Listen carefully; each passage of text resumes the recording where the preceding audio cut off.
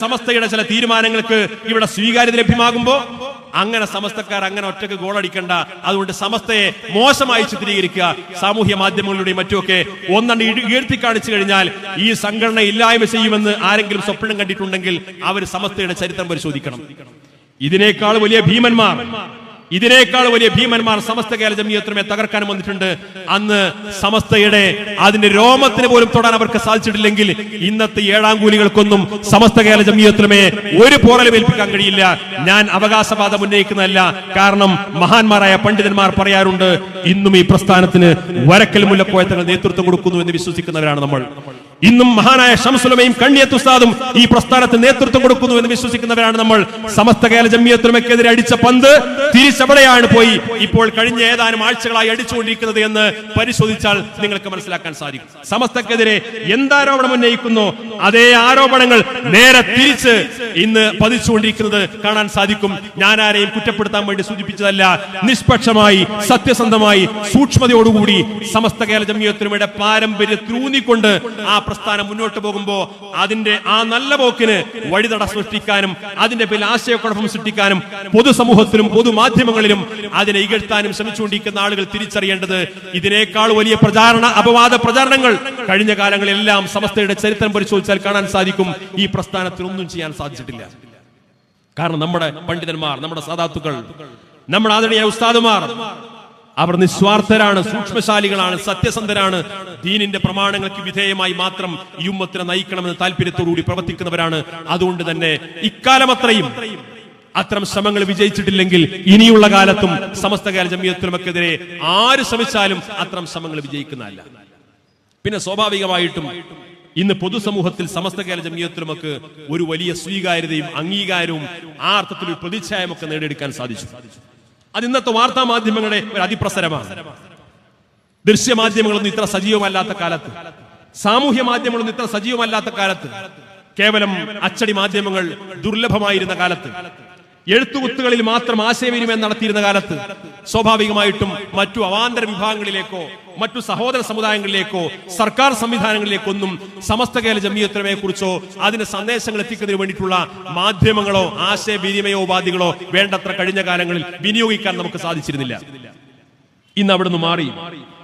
ഇന്ന് സമസ്ത കേരള ജംഇയ്യത്തുലമയ്ക്ക് സ്വന്തമായി ഒരു മുഖപത്രമുണ്ട്.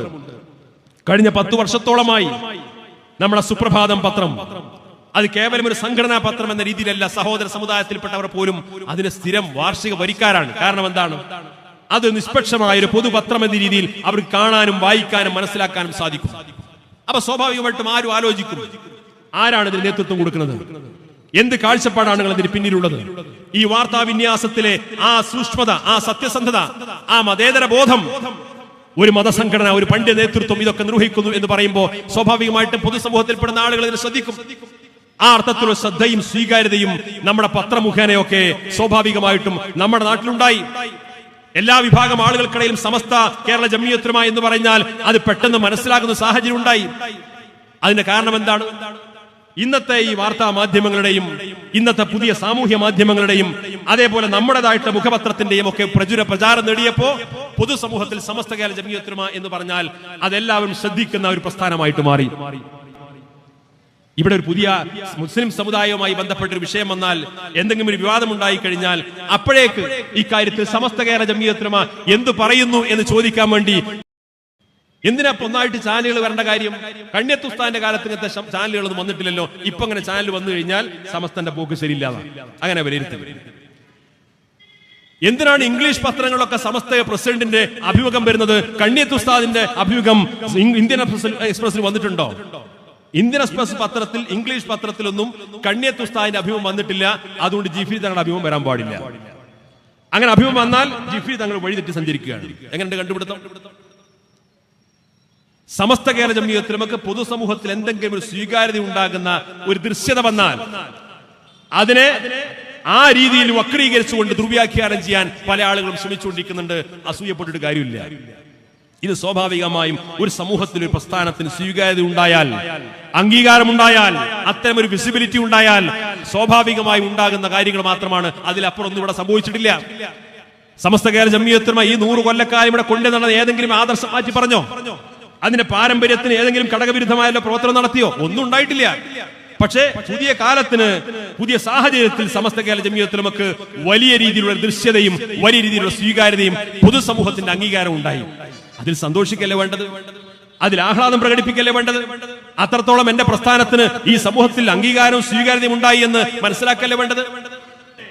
ഈ പ്രസ്ഥാനത്തിന്റെ അംഗീകാരവും സ്വീകാര്യതയും ചൂഷണം ചെയ്തുകൊണ്ട് ഇതുമായി ബന്ധപ്പെട്ട ആളുകളെ അടർത്തിയെടുക്കാനും ആ അർത്ഥത്തിൽ ചൂഷണം ചെയ്യാനും നമ്മുടെ സംഘടന ഭദ്രത തകർക്കാനും ചൂഷണം ചെയ്യാനും ഒക്കെ ഇത്തരം ബിദഈ പ്രസ്ഥാനങ്ങൾ ശ്രമിച്ചുകൊണ്ടിരിക്കുമ്പോൾ അത് തിരിച്ചറിയാനുള്ള ശേഷി ഉണ്ടാവുക എന്നുള്ളത് സാമാന്യ ബോധമുള്ള ഒരു സംഘടനാ പ്രവർത്തകർക്ക് ആവശ്യമാണ്. അതുകൊണ്ടാണ് സമസ്ത കേരള ജംഇയ്യത്തുൽ ഉലമ ഇത്തരം കാര്യങ്ങളിലൊക്കെ ഇത്തരം ഒരു കണിശമായ സമീപനം പുലർത്തിക്കൊണ്ട് മുന്നോട്ട് പോകുന്നത്. ആ നിലപാട് സ്വീകരിച്ചതുകൊണ്ടാണ് ഇന്നും ഈ 98 വർഷം എത്തുമ്പോഴേക്ക് സമസ്ത കേരള ജംഇയ്യത്തുൽ ഉലമ വിഭാവന ചെയ്യുന്ന ആശയാദർശങ്ങൾക്കനുസരിച്ചുകൊണ്ട് മുന്നോട്ട് പോകാൻ സാധിക്കുന്ന അഭിമാനകരമായ ഒരാദർശ പശ്ചാത്തലവും ബോധവുമുള്ള ഒരു വലിയ സാമൂഹ്യ അന്തരീക്ഷത്തെ ഇന്നും നമ്മുടെ നാട്ടിൽ നിലനിർത്താൻ ഈ പ്രസ്ഥാനത്തിന് സാധിക്കുന്നത്. സ്വാഭാവികമായിട്ടും ഇത്തരം പ്രസ്ഥാനം അതിന്റെ പ്രവർത്തനങ്ങളുമായിട്ട് മുന്നോട്ട് പോകുമ്പോൾ ഭരണകൂടങ്ങളുമായിട്ട് ബന്ധപ്പെടുക എന്ന് പറഞ്ഞു കഴിഞ്ഞാൽ ഭരണീയർ സ്വാഭാവികമായിട്ട് ചെയ്യുന്ന കാര്യമാണ്. അതിപ്പോ അടുത്ത കാലത്ത് തുടങ്ങിയ സംഗതിയൊന്നുമല്ല. ആ രീതിയിൽ സമസ്തയെ തെറ്റിദ്ധരിപ്പിക്കാൻ പല ആളുകളും ശ്രമിച്ചുകൊണ്ടിരിക്കുന്നുണ്ട്. സമസ്ത കേരള ജംഇയ്യത്തുൽ ഉലമ ഭരണാധികാരികളുമായിട്ട് ബന്ധപ്പെടുക എന്ന് പറഞ്ഞു കഴിഞ്ഞാൽ അത് ഏതോ 7 വൻദോഷങ്ങളിൽപ്പെട്ട ഒരു കാര്യമാണ് എന്ന രീതിയിൽ പ്രചരിപ്പിക്കുന്ന സാഹചര്യമുണ്ട്. നമ്മൾ ആലോചിക്കേണ്ടത്, ഒരേ സമയത്ത് സ്വാതന്ത്ര്യ സമരത്തിന് പിന്തുണ പ്രഖ്യാപിക്കുകയും സ്വാതന്ത്ര്യ സമരത്തിന് പിന്തുണ പ്രഖ്യാപിക്കപ്പെടുന്ന അതേ സമയത്ത് തന്നെ ഈ ബ്രിട്ടീഷ് ഗവൺമെന്റിനോട് ഞങ്ങളുടെ കുട്ടികൾക്ക് ഇംഗ്ലീഷും കണക്കും സയൻസും പഠിക്കാൻ നിശാ പാഠശാല സ്ഥാപിക്കണമെന്ന് പ്രമേയത്തോട് ആവശ്യപ്പെട്ട സംഘടനയുടെ പേരാണ് സമസ്ത കേരള ജംഇയ്യത്തുൽ ഉലമ. ബ്രിട്ടീഷുകാർ ഈ നാട് ഭരിച്ചുകൊണ്ടിരിക്കുന്ന സമയത്ത് ബ്രിട്ടീഷുകാരെ എതിർക്കേണ്ടിടത്ത് സമസ്ത എതിർത്തിട്ടുണ്ട്. എന്നാൽ ഈ നാട് ഭരിക്കുന്ന ഭരണകൂടമാണ് എന്ന രീതിയിൽ ആ ഭരണകൂടത്തോട് അവകാശങ്ങൾ ചോദിക്കാനും മടിച്ചിട്ടില്ല. അവകാശങ്ങൾ ഔദ്യോഗികമായിട്ട് ചോദിക്കാനും വാങ്ങാനും ആ അർത്ഥത്തിൽ അവകാശങ്ങളുമായി ബന്ധപ്പെട്ട കാര്യത്തിൽ, അവകാശ സംരക്ഷണവുമായി ബന്ധപ്പെട്ട കാര്യത്തിൽ ഭരണകൂടങ്ങളുമായിട്ട് ആ അർത്ഥത്തിൽ ബന്ധപ്പെടുന്ന പാരമ്പര്യം സമസ്തയുടെ സാപകാലം മുതലേ ഉള്ള സംഗതിയാണ്.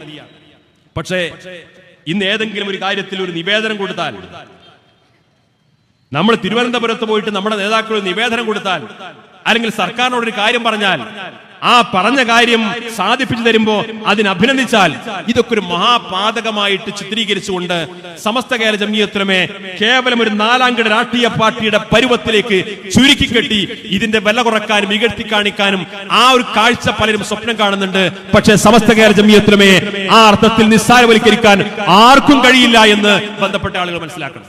ഒരിക്കലും കഴിയുന്ന കാര്യമല്ല. സമസ്ത കേരള ജംഇയ്യത്തുൽ ഉലമ ഏത് ഭരണകൂടങ്ങളുമായിട്ട് അതാത് കാലഘട്ടത്തിൽ ബന്ധപ്പെട്ടിട്ടുണ്ട്. ഇപ്പൊ കേരളത്തിൽ നടക്കുന്ന ഒരു സംഭവം, കേരള സംസ്ഥാന ഗവൺമെന്റുമായി ഇടപെട്ട് കൈകാര്യം ചെയ്യേണ്ട വിഷയം, കേരള മുഖ്യമന്ത്രി പാളി ശരിയില്ല, അതുകൊണ്ട് തമിഴ്നാട്ടിൽ പോയിട്ട് സ്റ്റാലിന്റെ അടുത്ത് നിവേദനം കൊടുക്കുക. പരിഹാരാവോ? നമ്മുടെ നാട്ടിൽ നിങ്ങൾക്ക് കിടക്കാൻ സുഖമാണ്, നേരെ കൂടുതൽ കയറിയാൽ മതി. പിണറായിന്റെ അടുത്ത് പോയാൽ ശരിയാവില്ല, അയാൾ CPM കാരനാണ്, ഇടതുപക്ഷക്കാരനാണ്. അതുകൊണ്ട് എന്ത് വേണം? നമ്മൾ നേരെ തമിഴ്നാട്ടിൽ കയറുക, സ്റ്റാലിന്റെ അടുത്ത് പോയിട്ട് നിവേദനം കൊടുക്കുക. സ്റ്റാലിന്റെ അടുത്ത് നിവേദനം കൊടുത്താൽ നമ്മുടെ കാര്യം ശരിയാവും? പ്രധാനമന്ത്രി നരേന്ദ്രമോദിയാണ്, BJP-കാരനാണ്. ഒരർത്ഥത്തിലും 1% പോലും നമുക്ക് രാഷ്ട്രീയമായിട്ടോ അല്ലാതെയോ യോജിക്കാൻ കഴിയുന്ന ആളല്ല ഇന്ത്യയുടെ പ്രധാനമന്ത്രി. ഇന്ത്യയുടെ പ്രധാനമന്ത്രി അടുത്ത് പോയിട്ട് എന്തായാലും ആ കാര്യം ശരിയാവില്ല. അതുകൊണ്ട് എന്ത് ചെയ്യാ? നേരെ പാകിസ്ഥാൻ പോവുക, അതോ ബംഗ്ലാദേശിൽ പ്രധാനമന്ത്രിയുടെ അടുത്ത് നിവേദനം കൊടുക്കാൻ പറ്റും? ഒരു രാജ്യത്തെ ഭരണീയരെ സംബന്ധിച്ചിടത്തോളം, രാജ്യത്തെ പൗരന്മാരെ സംബന്ധിച്ചിടത്തോളം ആ പൗരന്മാരുടെ അവകാശങ്ങൾ സംരക്ഷിക്കപ്പെടേണ്ടത് ആ ഭരണകൂടത്തിന്റെ ബാധ്യതയാണ്. ആ ഭരണകൂടത്തിന് മുമ്പിൽ നമ്മുടെ ആവശ്യങ്ങൾ പറയും, അവകാശങ്ങൾ നേടിയെടുക്കാനുള്ള ശ്രമങ്ങൾ നടക്കും, അതിനെതിരായ സമീപനം സ്വീകരിക്കും, അതിനെതിരെ പ്രതിഷേധിക്കും, സമരം നടത്തും, പ്രക്ഷോഭം നടത്തും. ഈ പാരമ്പര്യമല്ലേ സമസ്ത കേരള ജംഇയ്യത്തുൽ ഉലമക്കുള്ളത്? ആ സമസ്തയുടെ കാലങ്ങളായിട്ടുള്ള പാരമ്പര്യത്തെ വളരെ മോശമായിട്ട് ചിത്രീകരിച്ചുകൊണ്ട് സമസ്തയെ വളരെ മോശമായി ചിത്രീകരിക്കാൻ പല ആളുകളും ശ്രമിച്ചുകൊണ്ടിരിക്കുന്നുണ്ട്. സമസ്തയെ സംബന്ധിച്ചിടത്തോളം ഭരണകൂടങ്ങൾ ആരാണെങ്കിലും ഈ സമുദായത്തിന്റെ പൊതുവായ കാര്യങ്ങൾ അവരോട് ആവശ്യപ്പെടുക, അത് നേടിയെടുക്കാൻ ശ്രമങ്ങൾ നടക്കുക, നിയമപരമായ പോരാട്ടങ്ങൾ നടക്കുക, കോടതിയുടെ മുമ്പാകെ പോകുക, ഏത് വഴിയാണ് സ്വീകരിക്കേണ്ടത് ആ വഴി സ്വീകരിച്ചുകൊണ്ട് വളരെ നീതിബോധത്തോടുകൂടി ആ സംഘടനാ പ്രവർത്തനം നിർവഹിച്ചുകൊണ്ട് സമുദായത്തോടുള്ള ഉത്തരവാദിത്വം നിർവഹിക്കുക എന്ന സമീപനമാണ് എല്ലാ കാലത്തും സമസ്ത കേരള ജംഇയ്യത്തുൽ ഉലമ സ്വീകരിച്ചിട്ടുള്ളത്. ഇത്തരം കാര്യങ്ങളിലൊക്കെ സമസ്ത കേരള ജംഇയ്യത്തും ഇടപെടുമ്പോ, ആ കാര്യങ്ങളിലൊക്കെ എന്തെങ്കിലും ചില തീരുമാനങ്ങൾ ഉണ്ടാകുമ്പോ, അല്ലെങ്കിൽ അതിൽ സമസ്തയുടെ ചില തീരുമാനങ്ങൾക്ക് ഇവിടെ സ്വീകാര്യത ലഭ്യമാകുമ്പോ, അങ്ങനെ സമസ്തക്കാർ അങ്ങനെ ഒറ്റക്ക് ഗോളടിക്കണ്ട. അതുകൊണ്ട് സമസ്തയെ മോശമായി ചിത്രീകരിക്കുക സാമൂഹ്യ മാധ്യമങ്ങളിലൂടെയും മറ്റുമൊക്കെ ഒന്നെണ്ണം ഉയർത്തി കാണിച്ചു കഴിഞ്ഞാൽ ഈ സംഘടന ഇല്ലായ്മ ചെയ്യുമെന്ന് ആരെങ്കിലും സ്വപ്നം കണ്ടിട്ടുണ്ടെങ്കിൽ അവർ സമസ്തയുടെ ചരിത്രം പരിശോധിക്കണം.